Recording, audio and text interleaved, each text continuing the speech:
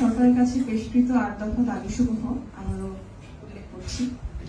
সংখ্যালঘু নির্যাতনের বিচারের জন্য দ্রুত বিচার ট্রাইব্যুনাল গঠন করে দোষীদের দ্রুততম সময়ে উপযুক্ত শাস্তি প্রদান ও ক্ষতিগ্রস্তদের যথোপযুক্ত ক্ষতিপূরণ প্রদান ও পুনর্বাসনের ব্যবস্থা করা।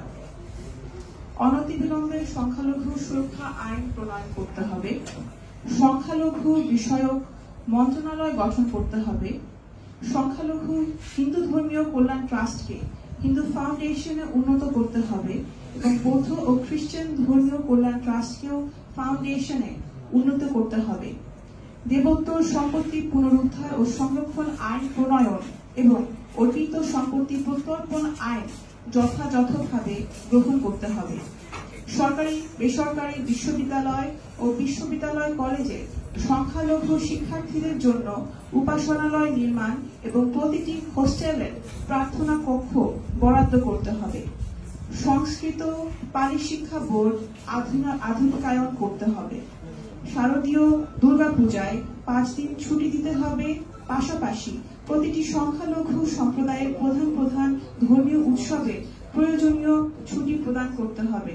আমি সংক্ষেপে এই যে 8টি দফা আমরা আপনাদের সামনে পুনর্বার করে পেশ করলাম, আমি প্রত্যেকটি দফার একটু করে বিবৃতি দিতে চাই বা ব্যাখ্যা দিতে চাই যে কেন আমরা এই দফাগুলো পেশ করছি। তার মধ্যে 2 থেকে 3টি দফা আমাদের এখানে খুব গুরুত্বপূর্ণ, যে আমরা বলেছি যে একটি সুরক্ষা আইনের প্রয়োজন আছে। আমি আবারও বলবো যে বাংলাদেশে যে ধর্ম নিরপেক্ষতার মূলনীতিটি রয়েছে, 4টি মূলনীতির অন্যতম একটি নীতি হচ্ছে ধর্ম নিরপেক্ষতা। কিন্তু এই ধর্ম আমাদের জানতে হবে, বা আমরা অনেকে জানি, ধর্ম নিরপেক্ষতাকে রেফার করে আমরা যদি কোনো বিচার কার্যের জন্য প্রশাসনের কাছে সহায়তা চাই, আমরা কিন্তু তা পাবো না। কারণ সাম্প্রদায়িক সহিংসতার ভিত্তিতে যদি কেউ আক্রমণের শিকার হয়, তাহলে কিন্তু এই বিষয়টি উল্লেখ করার জন্য নির্দিষ্ট কোনো আইন বাংলাদেশে নেই। আমি আবারও বলছি, দণ্ডবিধি বা পেনাল কোডের আওতায় কোনো খুন কিংবা ধর্ষণের বিচার সম্ভব, কিন্তু এটি শুধুমাত্র তা নয়, অর্থাৎ এটি একটি ধারাবাহিকতা এবং প্রবণতা যে বাংলাদেশের রাজনৈতিক পট পরিবর্তনে সংখ্যালঘুরা ধর্মীয় সহিংসতার শিকার হয় এবং তার জন্য প্রয়োজন হচ্ছে একটি পরিপূর্ণ এবং সুনির্দিষ্ট আইন, যাতে করে একজন ভিকটিম আদালতের মাধ্যমে তার বিচার লাভ করতে পারে। এই যে আমরা বলছি যে বিচার হচ্ছে না, বিচার হওয়ার জন্য সুস্পষ্টভাবে একজন ভিকটিমকে বলতে হবে যে আমি কেন ভিকটিম হয়েছি, আমি সাম্প্রদায়িক সহিংসতার শিকার হয়েছি।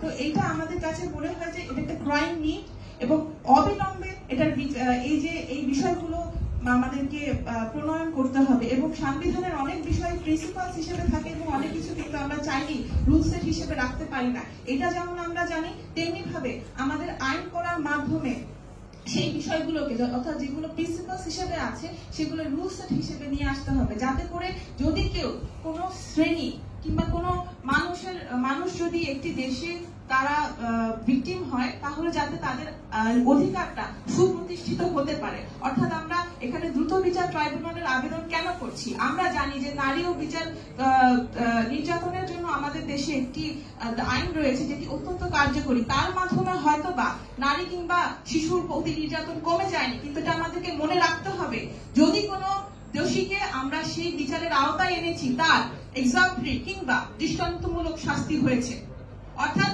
এটি একটি দৃষ্টান্ত স্থাপন করছে। আমাদের তেমনি ভাবে এমন একটি কার্য করতে হবে, সেটি রাষ্ট্রপতির অধ্যাদেশের মাধ্যমে হোক কিংবা নতুন যে সরকার আসবে তাদের মাধ্যমে যদি একটি আইন প্রণয়ন করা যায় যে দ্রুত বিচার ট্রাইব্যুনালের মাধ্যমে সহিংসতা, ধর্মীয় এবং সাম্প্রদায়িক সহিংসতার যে মানুষগুলো বলি হচ্ছে, তাদের মাধ্যমে তারা যাদেরকে দোষী সাব্যস্ত করছে, সেই মানুষগুলোকে যদি বিচারের আওতায় জানা হয় এবং সেটা যদি দৃষ্টান্ত হিসেবে প্রতিষ্ঠিত হয়, তাহলে এই যে একটি ধারাবাহিকতা কিংবা যে প্রবণতা রয়েছে, এটি আমরা মনে করি যে অনেকটাই কমে যেতে পারে। এবং তার জন্যই আমরা সকলে মিলে একাকার হয়েছি, এখানে আপনাদের সামনে এসেছি, আমাদের ভয়েসটা রেজ করছি, কনভে করছি আমাদের মেসেজে।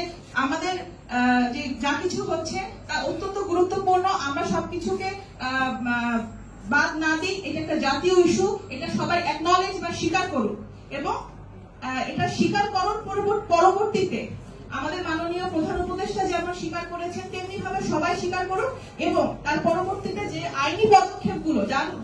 যার মাধ্যমে একজন ভিকটিম তার বিচার প্রতিষ্ঠা করতে পারবে, সেই বিষয়গুলো যেন ত্বরিত হোক, এটাই আপনাদের কাছে আমাদের অনুরোধ এবং আর্জি। ধন্যবাদ।